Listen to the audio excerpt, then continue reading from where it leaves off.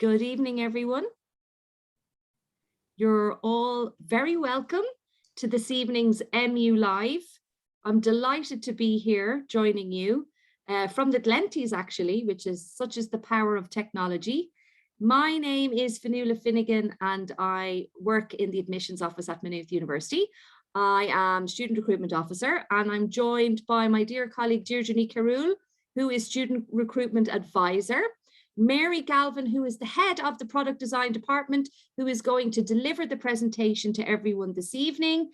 And I am also joined very kindly, they have given over their Wednesday evening to be here and to chat about their student experience. We have Olivia Ramprasad from the United States of America, who is studying here at Maynooth, and also Gary, who hails from Donegal as well. Just coincidentally, we found that out as we were chatting before we launched. So if you have any questions, and I do hope you've lots of questions for us this evening, you can use the Q&A box, which is down below, or the chat box. We have a bit of a poll and we have a lovely presentation to give you as well. And we're going to just spend this next hour chatting all things design and innovation.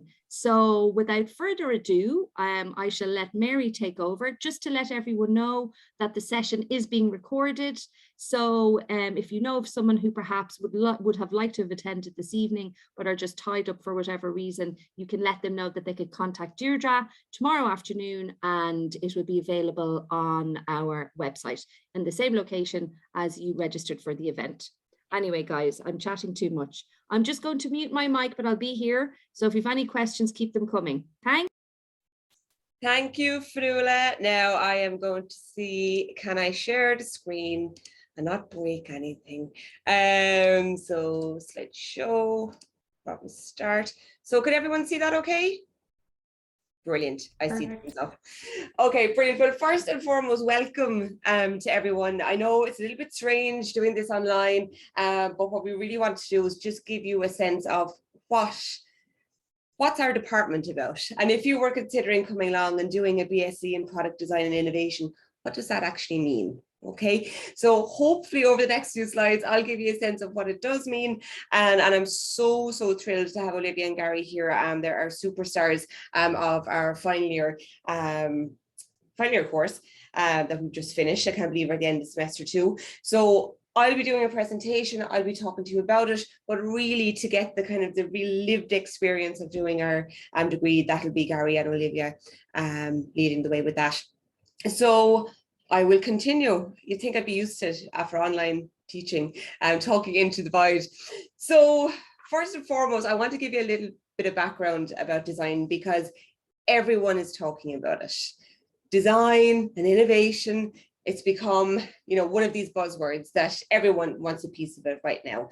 And you'll see it popping up in different courses across different companies. Everyone's talking about it. But what does it actually mean? So there's talk about it, but how do you actually do it? So this is a quote from a designer that says, never set out to innovate because more horror is done with that goal in mind than any other. Now you might be scratching your heads there now going, whatever she's supposed to be advocating for the course. And this is the important thing about our course because it makes sure that we learn how to research, find the right problems, and offer solutions to those problems based on research and based on doing things right. It's not enough to just come in and say, oh, I'm going to innovate something. I'm going to change something. How do you actually do it? How do you understand the people that you're designing for? Don Norman is a designer as well, but also a cognitive psychologist. So you'll see in design, you have people coming from lots of different disciplines. You have the social sciences, you have engineering, you have people in the business world, all living under the roof of design. So this quote as well is rule of thumb. If you think something is clever and sophisticated, beware, it's probably self-indulgence. Okay, so that's something that we have to think about as well, a little bit critically. I mean, like think about maybe social media apps that you're using at the moment, thinking, oh yeah, that looks good, that looks flashy, that does what it's supposed to do. It's sophisticated, but actually, how do we design that app in the first place? How do we make sure it's catering to the right needs and wants of users like yourself? So it's really what I'm trying to highlight here is that in order to be a designer, you need to be able to understand people. And in order to understand people, you need to be able to do what we call research. And that's going out, talking to people and getting their insights. And also change. Design is about bringing about future change. We want to bring about better futures for people. So you want to make sure that you have a good intention when you're setting out, if you want to go into people's lives and bring about change for them. So I'm not going to spend a lot on this, but what I just want to flag there now for you guys. So when you're thinking about what courses should I be looking at, or what do I want to do, or maybe a future career for yourself, just be aware of this difference between innovation and innovation speak. So Olivia and Gary and myself are all in this world of innovation, which is just bringing about change in different contexts for the better. And then there's innovation speak, which is all of the buzzwords that I cautioned about already. So today I want to tease out more about that. So how do we do this right? So we must always focus upon the lived experience of the people we are seeking to help, and how this experience changes when we put in a design. So it comes down to this element of research. We always keep the user at the center of anything we design. However, we must also focus on the lived experience of the people doing the help. So the designers themselves, so if you're doing a degree with us in our program, we're showing you these skills and how to research, but you're actually growing as a designer yourself, getting your toolbox, I suppose, along the way, that you would be able to come out and bring about change in people's lives. So design then. So the easiest way, there's a lot of you probably thinking, am I designing products? Am I designing services? Do I need to be creative? What is it? So really, really basic. What design is a creative approach to problem solving. Taking a people-centered approach to quickly develop ideas through an iterative process of testing.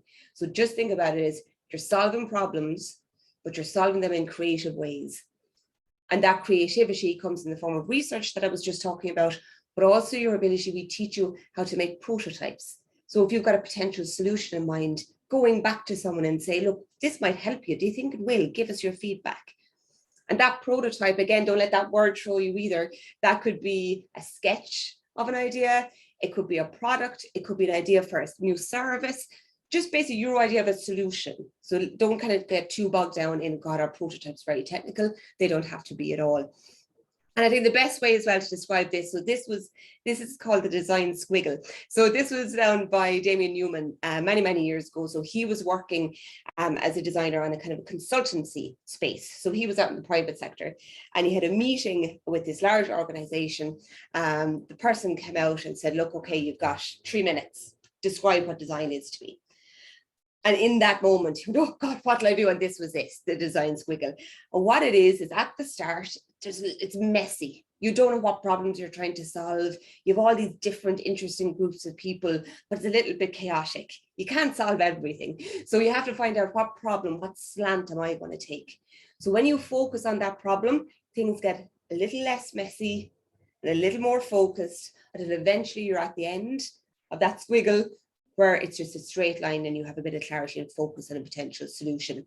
So for you guys, just think about that. Just think about it. It's problem solving. It's finding a place for us in this messy world and trying to offer some solutions in there to bring about change.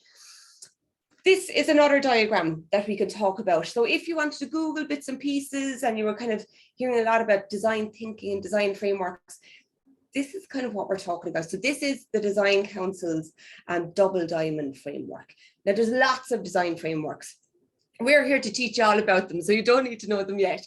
But this is the kind of the clearest one for me to help kind of explain what it is that we do. We have 2 diamonds. In the first diamond, we have the problem space. And in the second, we have the solution space. What we do in that problem space is we discover and we define. So what's going on? What are people saying? What's the problem we're addressing here?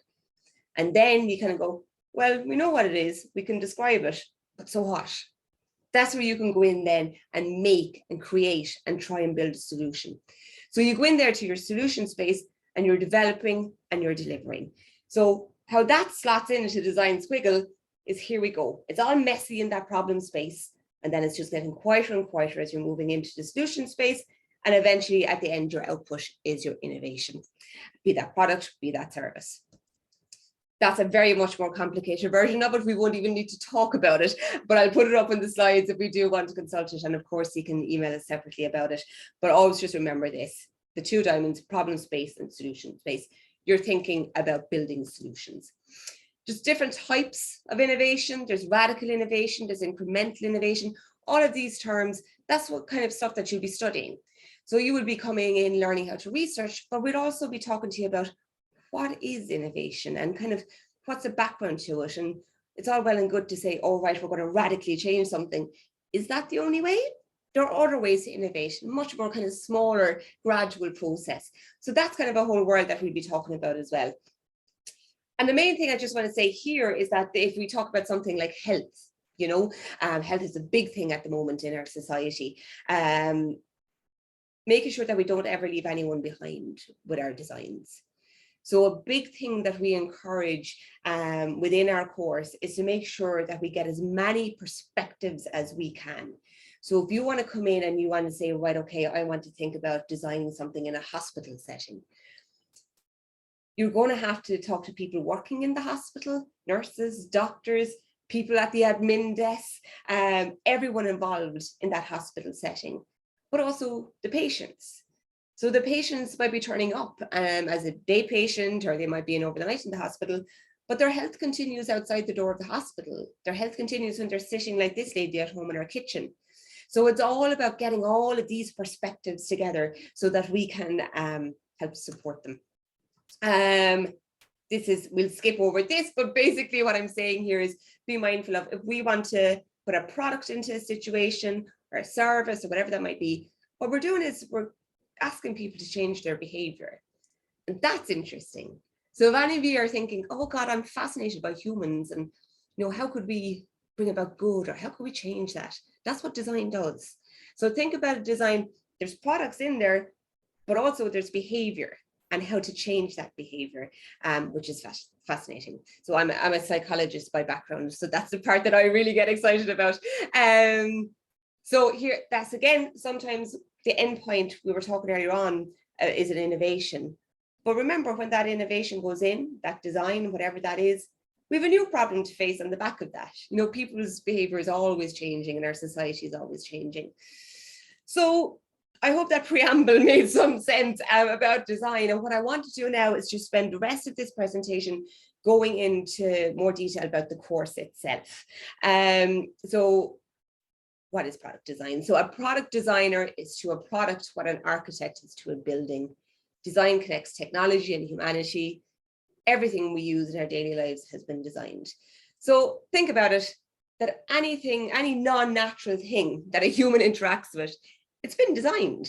So we have the basics, like your toothbrush has a design, we have electronics, we have applications on these digital devices now, furniture, packaging, medical devices. Look around you, and that's one thing I'd ask you to do if you're genuinely a bit curious now about design. When you go out in the world tomorrow, whatever that might be, really look around your environment and look at it through a design lens. So it could be something like, oh yeah, I really like the look of that, or I like the color of that, or you could be looking at your favorite car. For me, it's Audis, love Audis. So I love the design of Audis, and I thought they're really, really nice. But also it could be something that you step back and go, oh, actually, I prefer going to this cafe instead of the other one, because it not only looks nicer, the staff are better in there, I get served more quickly, there's a better kind of taste off the coffee. So it can be a whole service design as well. So anything that humans have the opportunity to interfere with, that's where you'll find design. So just ask yourself these questions. What jumps out to you? And why? And equally bad designs too. You're probably surrounded by a lot of things at the moment that you're like, oh, that could be designed better. So and put yourself in that person's shoes then of designers. And if I was given a job here with this company, what kind of design changes would I want to bring about to the products or whatever that might be? So I'm just going to skip through these again, like these are small things, look, the thinnest laptop is still powered by the thickest plug. Okay, so I'm going to put extra slides here that you can go back and look at kind of design things, or design problems that might jump out at you in your everyday life. I think that this is a nice one. So what I want to do is just kind of focus more so now on the course structure itself. Okay, so if you're saying, well, okay, I'm going to do a BSc in Product Design and Innovation at Maynooth University, what does that actually mean? Okay, so this is a lot of information, but this is what you'll be studying. Okay, so this is across the 4 years of your degree. And Olivia and Gary, so they're just finished year 4 now. That's where they've come out. So if there's any of you thinking, oh, well, I don't do art and I haven't done physics and I haven't done all this, don't worry. Okay, so when you come into our program, we just treat everyone as a blank slate. Okay, so everyone is coming in at similar level, and we're just treating you as brand new to this topic. So don't panic if you see any modules here going, oh, I don't know anything about that. That's why you're here. That's why you're signing up. You're not supposed to know. So the first year might be the trickiest year for you, in the sense of we give you a little flavor of all of the modules. So you have physics and maths, you have electronic systems prototyping, you have electronic systems project, material science, as well as more kind of design focused modules like design sketching and introduction to design thinking. So the main thing there is we just want to say, look, all of these modules, they all have a home within design. We're not going to be expecting you to be hardcore maths gurus when you finish, but we want to give you a module in it so you can understand where it fits within the design world. And a big project, a big module in the first year is that one there that's highlighted in blue with the red around it. That's design projects. And that's the fun one. Okay, so this year, a big thing for our course is that we want to keep it as applied and live as possible. So there is, I suppose, settings where we do have to do a kind of traditional lecture to get the information across to you, but we want to have fun with it. So we work with different companies, we work with different organizations, we do lots of lab-based work and collaborative environments to try and get you actually thinking in the real world context of the stuff that we are showing you and teaching you, as opposed to just kind of learning it from the book and trying to imagine this in the real world. So that's what you really be getting stuck into there in that first year, in that design projects one. Then when you move on to second year, okay, so you'll see a few more kind of things like finance, economics, and accounting coming in there. So, and marketing management as well. So that's what our course, we give you flavors of this, of the business elements of design too. But look what's happening in second year. You're starting to focus a little bit more on design.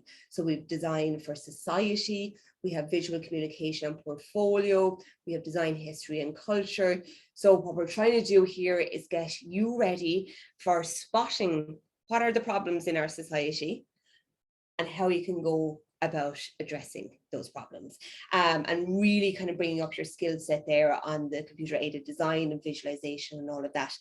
So why we're focusing on second year on your portfolio, what does that mean?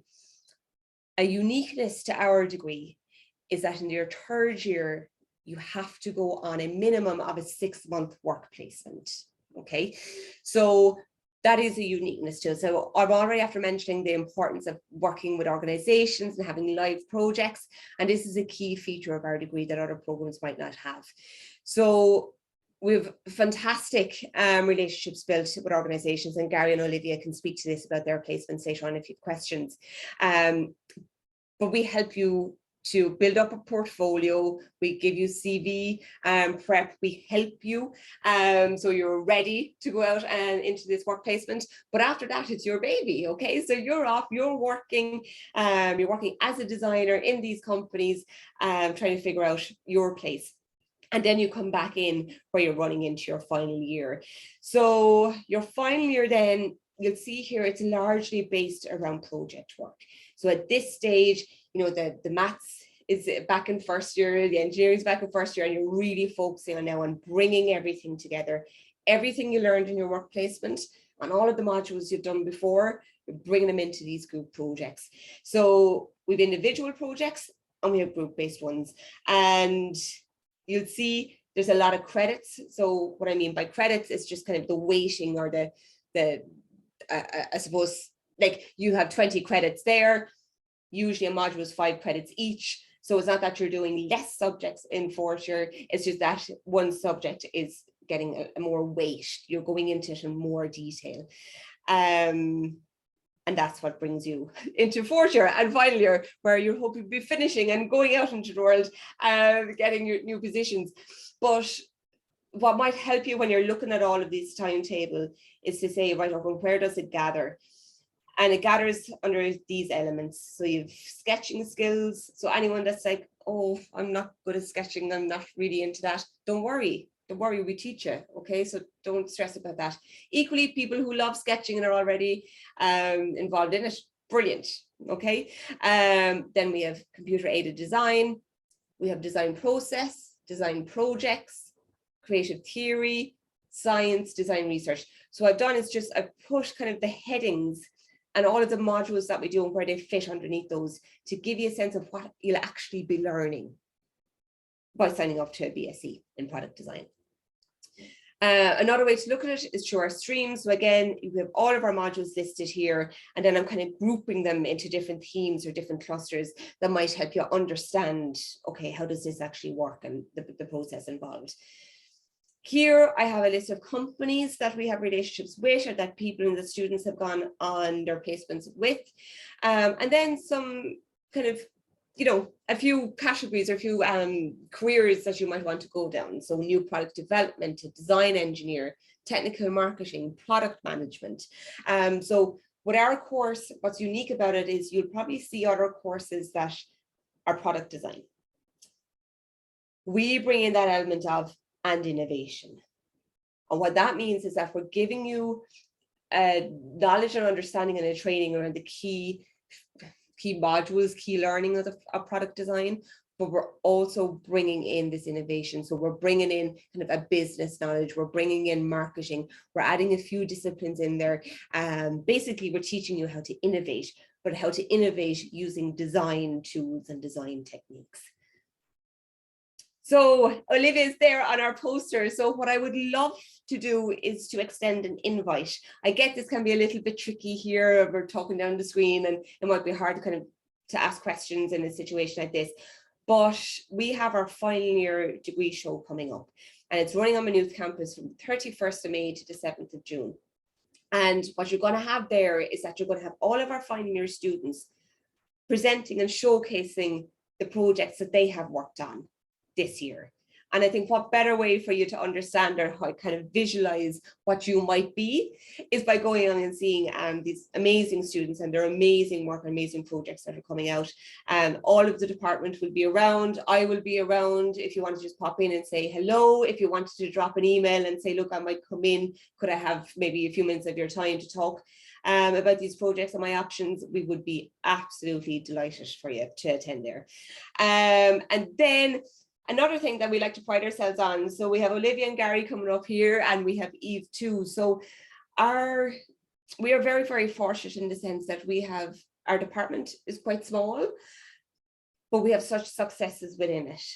And especially this year, so we have, look, Olivia's currently been shortlisted for Enterprise Ireland Student Entrepreneurship Awards. Gary was top 10 finalist for Graduate Earns Undergraduate of the Year Award for Innovation out of 700 students in Ireland, to become top 10 in that, which is amazing. Eve, she received a scholarship this year from the HSE in relation to her design work as well. So why I'm putting that up is to try and show you that we'll be doing everything we can to, I suppose, help support you to get jobs.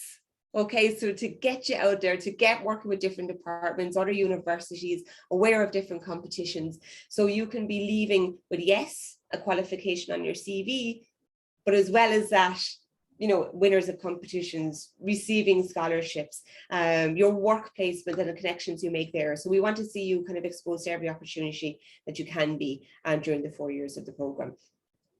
So what I'll do there is I'm going to wrap up, because again, this is just kind of examples of projects and what we've, you know, gone through before. I'm going to repeat myself now, I'll stop yapping. But I'll wrap it up there, and I think I've come up to the 30-minute mark anyway. So if you have any questions for me, or Fionnuala, if you want to go over to Gary and Olivia now, that'd be perfect. Super. Thank you so much, Mary. Actually, some questions have come in. Now, I know you've answered them pretty much very comprehensively as we've been going along, but I thought I'd pose them anyway, just in case. Kit, I think, has asked, in what companies are students working during their third year? And I know Olivia and Gary can go into it in greater detail, but I suppose were some of those mentioned on the slide there, like Accenture and Diageo? Do students go and figure it out for themselves, or would you have a list of contacts? How does it work? Yeah, perfect. Brilliant question, actually. And I get the guys will talk about their own work placements and how they went about that. So just kind of a general kind of answer to that at start is you can go anywhere, in the sense that once you are after getting a placement, and once they were in touch with you and we see that you're getting your reporting done, we really support you going down to I suppose a really varied group of companies. So you might be thinking, oh God, do we have to go to a design consultancy? Do we have to be in a design company? Absolutely not. You know what I mean? We've had people over the years working with Musgraves. We have gone like big companies to much more smaller ones. You could say, oh, I want to work in the government department, maybe for my placement. You can. Okay, so we have people working in, yes, maybe product design, but you've people also gone exploring around kind of the HR marketing space and how can they bring their design lens into that. We've got people who've gone working with hospitals. So they're working within a hospital sense, right, okay, what are the problems to solve here and how can I use my skill set to help these people? So when it comes to where you can go, the sky's the limit, but we will support you in that. Now, what that support means. So this year, actually, we're making a list of all of the previous companies that our students have gone on placement with. And we have contacts with those. We'll be able to support you to make contact with them. And you will get a sense when you see that list of, oh, this is where people are going and this is what students are working on. So we'll make that list available to you. And then we have Maynooth University's placement office who will support you 100% in that as well. Fantastic. So I hope that answers. Oh, absolutely, comprehensively. Thank you so much. So it's highly employable then, or as employable as any other potential sector, I suppose.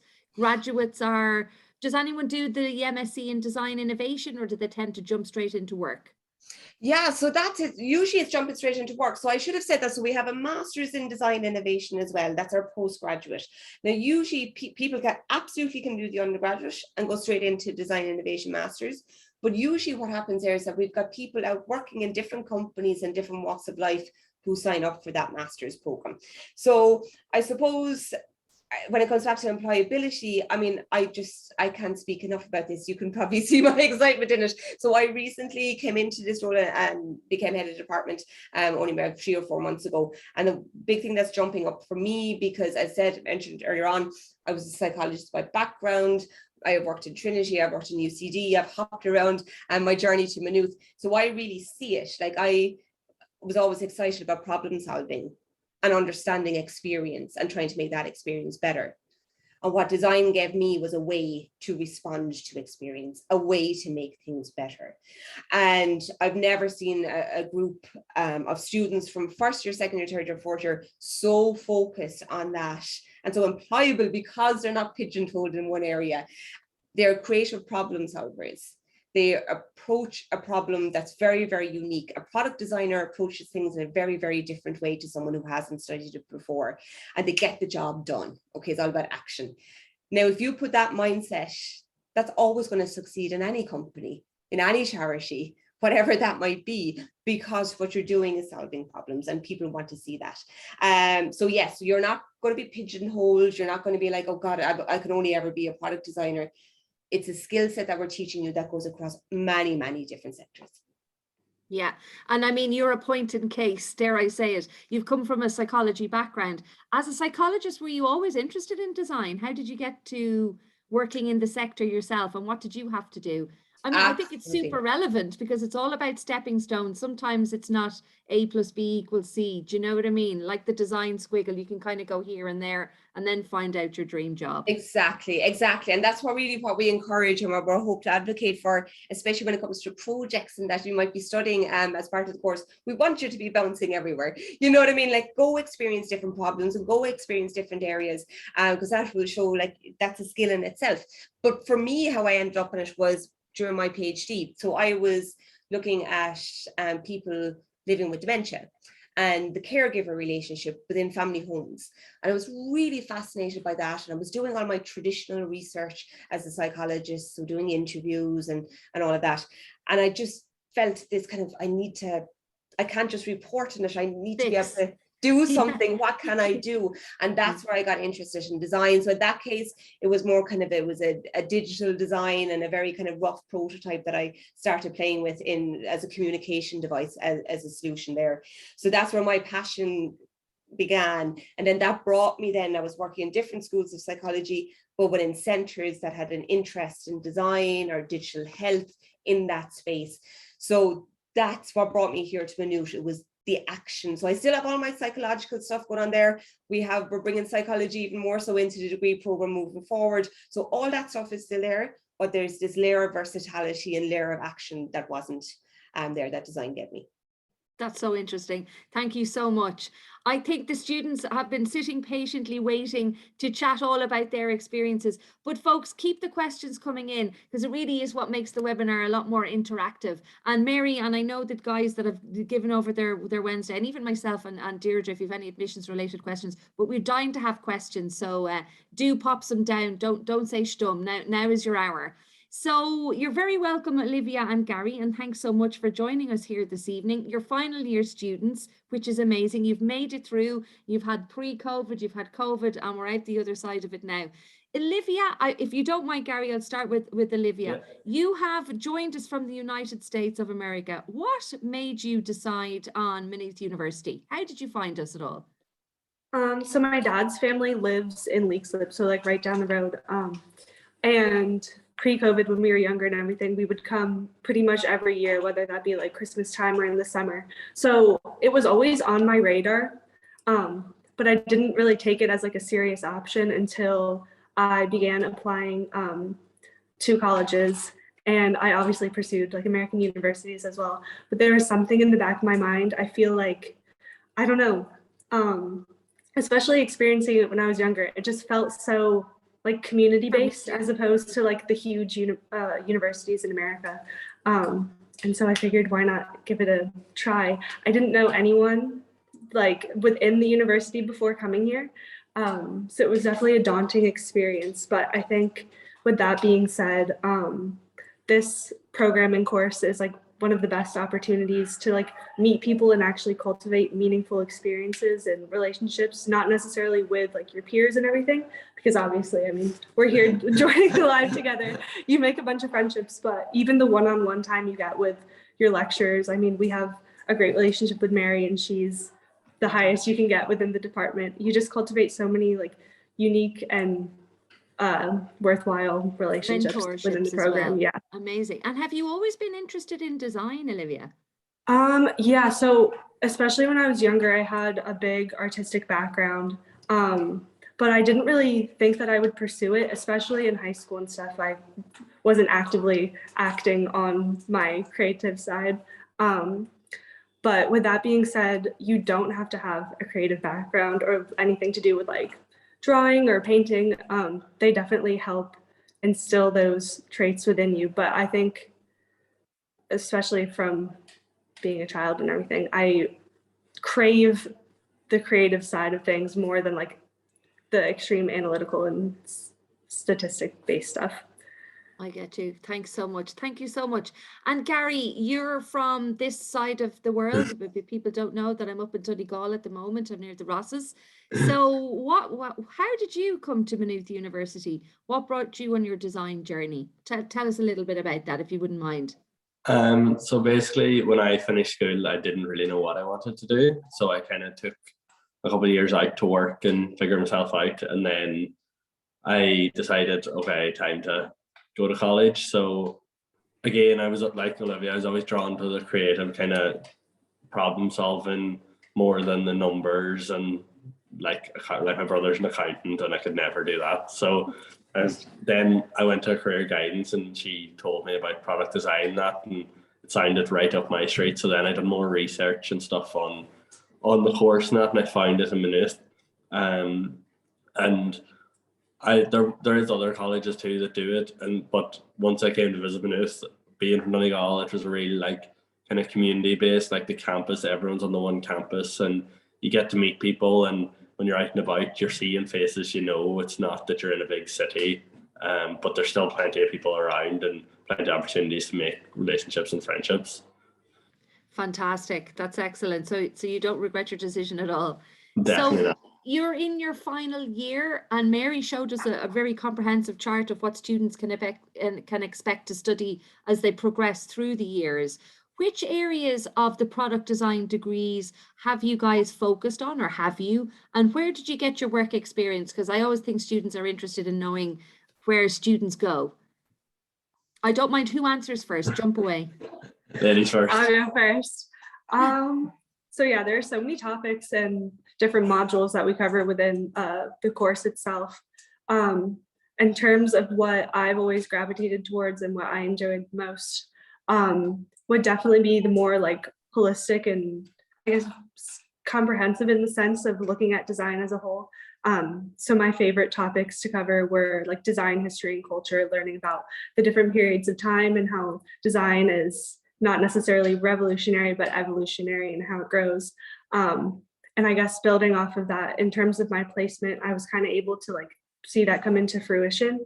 I did mine remotely with, I think, 4 other students in the program, with Rigney Forge, which is like a consulting company based out of Selbridge. And it was kind of a unique experience just because you're not necessarily going to be working with your peers and classmates in a given placement option. But it was kind of provided by the university for people who couldn't really secure positions just because of COVID and everything. But with that, we were able to work on a few different design projects, both live and then more like conceptual. So it really helped kind of embody all of the different sectors and little specific things we've learned throughout the course into like one. Fantastic. And what did this particular company in Selbridge do, Olivia? What was your day-to-day like? It was really different. So the company itself is run by Peter Rigney, and he almost works on more like, I don't want to say interior design, but it's a lot of focus on like designing, I guess like grocery stores. So he works a lot with different like independent ones, and then he also has connections with Musgrave. So we got to work on a project relating back to like Centra and Super Value and things like that. So the day-to-day was honestly completely different every day, depending on what little project we were working on. But it typically consisted of waking up and then you join like a big group meeting just to kind of discuss what everyone's working on at the time. And then if it was like a team project, break down and then have like a more team focused meeting on like the different tasks we have to complete that day, and then more like larger scale objectives, like what we have to complete by that week or that month. Okay, fantastic. Thank you so much. That was really detailed. What about yourself, Gary? Similar vein. What have you managed to kind of focus your attention on, or has it been varied? And where did you get your work experience?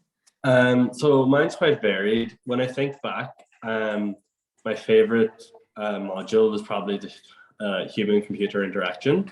So it's kind of UX, UI, building apps and websites and stuff like that. And it just shows how much variation there is in the course.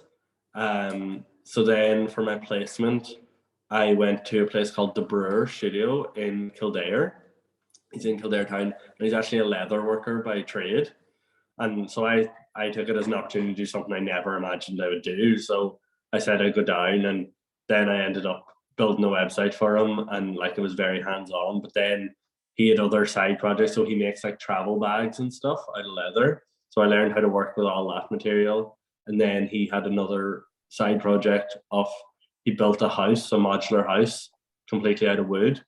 So I was helping him with that. And then we got word Dermot Bannon was coming to film at it and that. So we had got to meet him, and we had photographers from Image magazine and everything down. So it was such a varied, like when you go into a job, you might think, oh, I'm doing this, but it's a bit like the course, you're kind of doing everything.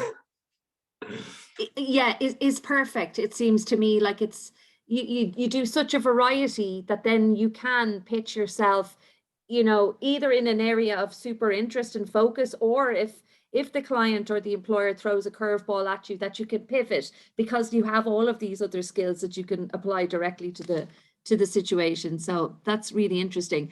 Mary mentioned that students do a minimum of 6 months. So did you guys do just the minimum, or did they keep you on a little bit? I mean, Gary, your experience sounds quite extended, or was it just the 6 months? No, mine. So I done 6 months, and then he asked me to stay on. So I was fit to stay on up until last January. So I done over a year there. Wow. And again, it varied even more and progression of projects. And it was great to see progression of projects like the house and stuff. And he has different like garden things going on now and stuff. So, and I would still be very good friends with him. I was down with him last weekend, and it's kind of, you make friends out of it. Fantastic. Very good. And do many students get offered full-time employment, can I ask, out of it, or does it just depend? I think it depends. I know, speaking to some of our other classmates, people have been offered positions, but I think it just depends on the work you put in and how many relationships you cultivate within the company itself. Fantastic. Thank you so much. How did you guys navigate the COVID space? Because in my mind, and it's probably wrong, designers or innovators, you know, I can imagine everyone kind of working collectively and there being quite a buzz and all of this mad creative space. How did you as students navigate, and even as the head of the department, how do you navigate COVID in such a creative environment? Was it difficult? I think it really was a learning curve at the beginning, especially because it is such a hands-on experience and we're constantly working within teams. So to not be able to meet in person and kind of map out the plans for what we're potentially creating, trying to combat those issues was a real struggle at first. But I think considering like what we do and what we're interested in, we kind of have to adapt and adopt new ways to approach the situation. So over time, it did get a lot easier, and obviously with like Zoom and everything, it is possible to meet. But I think we definitely were able to accomplish everything that was expected of us, just having to tweak it a little bit to kind of fit the environment. Sure. And yeah, absolutely.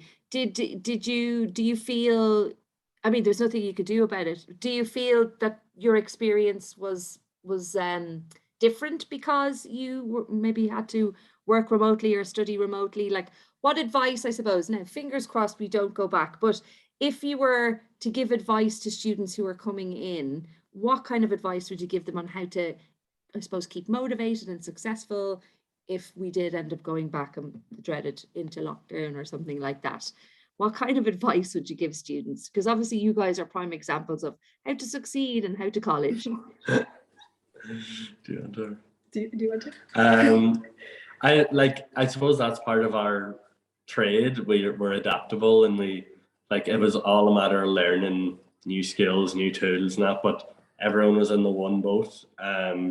So it kind of gave us an extra push, and now we're more qualified in other things we didn't think we would be, like simple things like using Zoom and that. But even over lockdown, that, because so obviously sketching and stuff, we're trying to get points across, and I switched to digital sketching and stuff, something that I was always just draw it by hand because it was easier. And again, you just doing it, like you just learn how to do it faster. And now the first couple of times you do it, you're like, it's much easier to do it by hand, but it's always easier to do it the way you know. Whereas when you learn these skills and just keep doing it, you develop it and you become faster at these things. Sure, absolutely. That's the psychology there coming into play. It has to get coded into your system. It's like learning to drive. And then, and then driving being automatic, and you arrive at your destination, you don't even remember your journey. You're like, wow, that was probably dangerous. But, I suppose you just have to be patient with the process. A question came in here in relation to whether, and I hope it's not too personal a question, whether your payment was paid or not, guys. And in general, is it typically paid or does it depend? I suppose everyone could answer if you don't mind. Mm-hmm. I think it depends on where you're working. I know I kind of had a unique experience because it was set up by the university for myself and the other students participating. And so we did get paid, but it was at the discretion of like the clients we were working with, not from the company itself. Get you. And then I wasn't actually paid, but then when he asked me to stay on, I got paid for full-time work. So it kind of balanced itself out but as Olivia said, it varied. Like, it just kind of depends on the company. Like, some people were hired like they were full-time employees, and then others were, but it depends on the company. Yeah. That's it. And I can jump in there quickly, Fionnuala, as well. Great, So yeah. kind of what we would always want and advocate for is that these are paid work placements. But we're not going to force any student to be in a position where they have a fantastic work placement that isn't paid, and we're saying, no, you can't do that, because it really has to be led by the student. And if it's a good position, absolutely go for it. But ideally, the way we work is that if there's people working, then they should be being paid for that. But we're not going to insist upon that. If it's a really good opportunity that could lead to something, it will always go on what the student decides at the end of the day. Yeah, that's great. Fantastic. I'm just going to check there. I don't think another question came in. I think that's Deirdre sending on links. Fantastic. And I was just wondering, what is the expectation versus the reality? So did you have any expectations of what you thought the product design might be? Did it live up to it? Are you pleasantly surprised? How do you feel that the situation has evolved, I suppose, over the 4 years? I didn't really have any expectations going into it because I wasn't super aware of the product design space and sector. So right off the bat, when they're telling you all this new information and you're being assigned all these modules, it was a little bit daunting. But it's really easy to kind of grow into it and find out what little niche sectors you really like and enjoy. And so now, of course, looking back, I'm like, it wasn't as bad as I thought that it was going to be, or in the moment, it wasn't as bad as I thought it was at the time. And then as you progress and you get to kind of explore what interests you more, it becomes so much more enjoyable and fulfilling because you can actually see something come to life that you're genuinely interested in. Super, thank you. Oh, another question. Gary, you can answer that there. What was my original question? I'm so sorry. sorry. Oh yeah, sorry, the expectation. Yeah, like it's, I suppose when you hear product design, you think you're literally going to be designing all day, drawing, building, but there is a lot of technical in it too, which caught me off guard. No, and a lot of it, as Olivia said, sometimes the first 2 weeks you're like, I'm never going to get this, and then it's like everything, it just becomes, okay, we'll just do it, and we learn how to do it, and I suppose that's what college is about. Absolutely, absolutely. So what typically, Mary, is the salary range of a student who, with their just undergraduate, then might go into the world of work? And I suppose, again, we're probably coming back to the discretion of the employer, the different type of work sector. Would that probably be the case, or is there a set type of 24K for a graduate? Yeah. That's it. Kind of, it obviously will depend on areas. So some of our graduates, they don't end up going into designer roles. They go into more kind of a strategic design roles and different. But if you had to say, look, what's the general kind of salary, the average salary for a product designer right now in Ireland, with maybe 2 years experience, you're talking around 55,000. It's in around that bracket. So it is quite, I mean, I had a brilliant success story the other day. We had a graduate come in to visit. He finished 2 years ago, and he's just starting a product manager role on a very, very big salary. So like, it's very, within 2 years of graduating from an undergraduate program. So there is massive potential there. I mean, you could be starting off in around the 40 mark, and then you could be, the sky's the limit, and you're hitting up towards maybe kind of the 80s, 90s thousand per year. But if you're thinking of a ballpark, in around the 50,000. That's great. I hope that answers the question. It certainly does. Sorry, and the other thing there is a lot of our graduates and a lot in the design world, people work on a consultancy basis. Okay. So you have that, we kind of hope to give you enough of a skill set that you could maybe say, right, okay, I've finished my undergrad now, or I'm working here now, but I'm going to work for myself. So you can set up your own design consultancy, and you can be working with different clients, and then you're working on an hourly rate rather than a salary. But a lot of our previous graduates have gone down that path. And you can talk to our staff about that.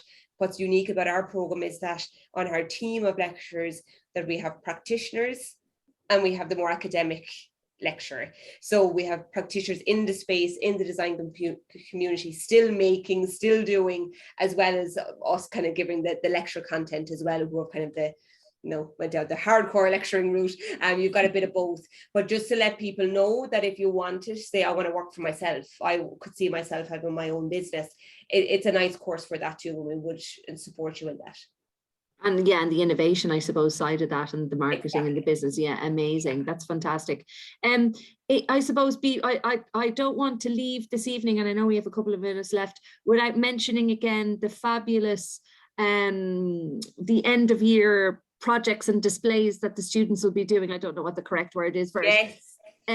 But it's the reason why I am such a fan of this degree. I mean, I know we're running a webinar and I might sound biased, but when I first started at Maynooth, and I remember it was over in the Aula Maxima, and I saw it there in 2014, and I was just blown away by the students and the creativity and the design, and it was just fantastic.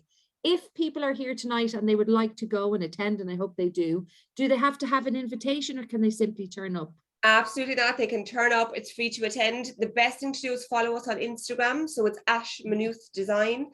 And what we're doing there is we're showcasing all of our students' work and their profiles each day. But yeah, please, it runs from 10 to 6. Just pop in. But if you'd like to chat to me, or you want to talk a little bit more about the course, drop me an email. So it's mary.galvin@mu.ie, and we can make something happen there. But otherwise, you are more than welcome. And please do. It's a great way to see, to really kind of understand, right, in 4 years' time, this could be me. Yeah, fantastic. What was I going to say? So the Olivia and Gary, do you know what you are going to set your sights on once you're finished? I mean, are you done? This is it? We're in May. How many weeks are left? Oh my goodness. I just got scared for you there. We have one exam left, so we're not there yet. But we're down to the wire at this point. You're so very, very close. And what do you think you might do? Do you have any ideas? You're going to take a break, travel the world, or get stuck right in? We were just talking about that actually, because I don't really know at this point. I've definitely been looking into different positions, but it's just a matter of waiting to hear back and finding something that I really want to pursue. Yeah. I'm much the same. I'm kind of waiting until exams are over and get my portfolio and stuff up to date, and then I keep a very open mind. I like UX and I like UI, but I also like product design, so I'm not going to rule anything out just yet. So we'll just apply and see how we get on. Fantastic. A question has come in here. Thank you so much. Holly, is the course, is there a heavy business focus in the course, or is it mostly the hands-on designing aspect? Yeah, I can jump in there, guys, if you want. Hiya, Holly, and thank you for asking questions. It's not business heavy, okay, but there are business elements to it.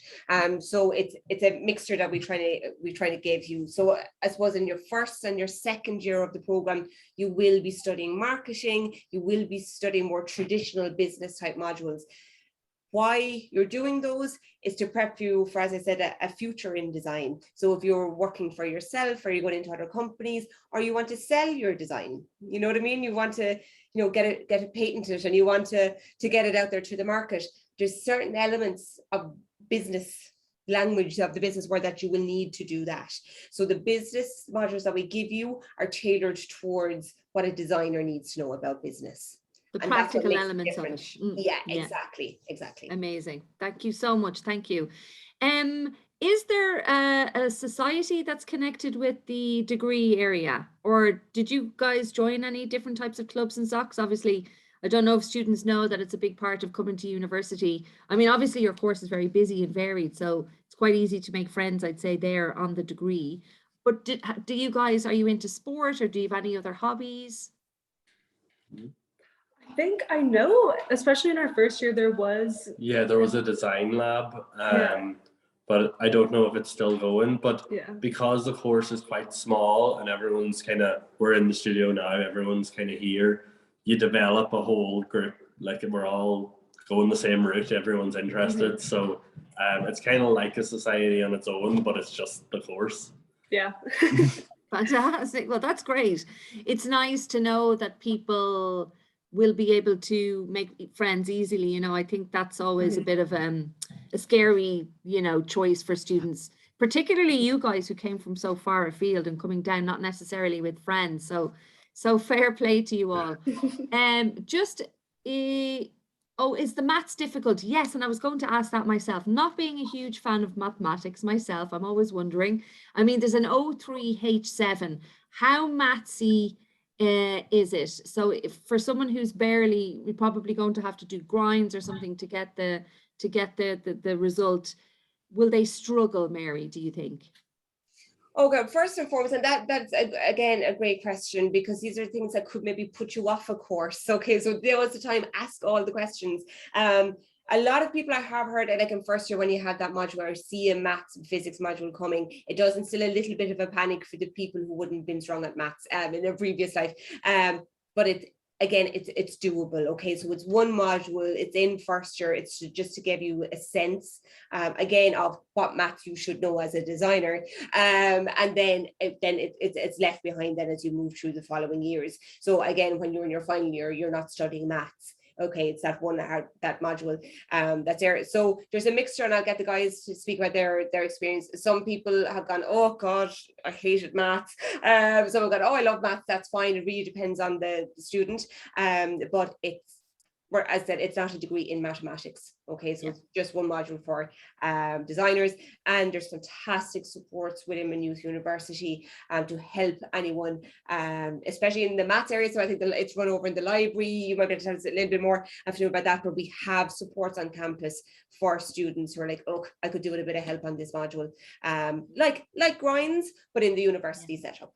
Correct. Okay. Thank you so much. How did you guys find the maths? Olivia and Gary, were you all right? I've always been kind of indifferent towards math. I feel like there's certain elements of it that I really enjoy and others that I'm kind of like, I could do without it. For me, the hardest part though was kind of adapting to the change in measurements, because I obviously grew up in the States. I'm used to working in like inches and feet and stuff. So trying to conceptualize how many millimeters are in like what I would equate to like a foot or something was really difficult for me. Obviously, like I was able to do the equations, but kind of visualizing what I was actually working out was really difficult. But with that being said, it's not as bad as you think it is. And it's definitely, you know, everyone's in the same boat. I feel like most people go into it not really knowing like what you're going to be dealing with, but it's definitely an okay experience in the end. Super. Holly's just asked whether you needed a third language. You don't. No. So it's just a pass in Irish, English, maths, or math and a science subject, including ag. Oh, someone here anonymously, how does the typical day of students go? Amazing. So we might answer, we might 2 questions to finish up. What's your typical day like for a product design and innovation student? 1, and 2, what sage piece of advice, Olivia and Gary, would you leave with the students who are considering coming to Maynooth to study product design and innovation? Launch. Do you want to answer the day one? Your day? Yeah, I suppose, like, obviously, because we're in final year, most days it was come in the morning and everyone's here. Because it's not very intense with like face-to-face learning. It's a lot of self-driven learning. So I feel like because of that, then people kind of come and go as they please. So I would find I come in and like you'd see people come in and they might be working till lunch and then they might have to go do their part-time job or stuff. So most people were here at some point every day for a couple hours, and it was great to see progress in their work and everyone progressing with their project. Fantastic. Thank you so much. And what piece of advice would you give students? Oh, by the way, I've just launched a poll. Just threw that in there before the hour is up, but I can talk about that in a second. Any little nuggets of advice, guys? Look, reflecting back, what would you tell your first year self if you could? I would say take it as seriously as possible from the start, because the second you get into the habit of leaving things to the last minute or not like fully giving your all to everything is when it gets difficult to handle the tasks that you're given. But if you like try to fully immerse yourself in every project and assignment, it's really easy to get everything done on time. Sure, that is excellent advice. What says you, Gary? Yeah, it would be much the same, just kind of every week. You don't even have to put in 20 hours every week of one project, but just do a small bit every week, and the last 2 weeks be a lot less stressful when you're We're like little elves in Santa's workshop, like 2 weeks before every deadline. So many people are in here working in the workshop, and it's every time we're like, if only we had just started this a little bit earlier. It is so true. And you know what? It doesn't matter, because as a parent as well, it doesn't matter how often you say to people, just keep chipping away. Don't let it pile up. Don't let it pile up. Human nature, we just mañana, we put it on the long finger. But that is excellent advice. So thank you so much. Just to give you the poll results there, share results on the screen. So most of you had heard about the product design and innovation degree, which is fantastic. Most of you here tonight are 6th years, which is also fantastic. We have a couple of 5th years as well. And you've just mentioned that 75% of you are interested in product design and 25% in design technologies. So fantastic, guys. I'm very optimistic for your future. We have popped Mary's email down there and on her direction. So if you have any further questions that we haven't managed to get to here tonight, please do send a little email to Mary and she will answer them, or admissions@mu.ie if you'd like an admissions query answered. admissions@mu.ie.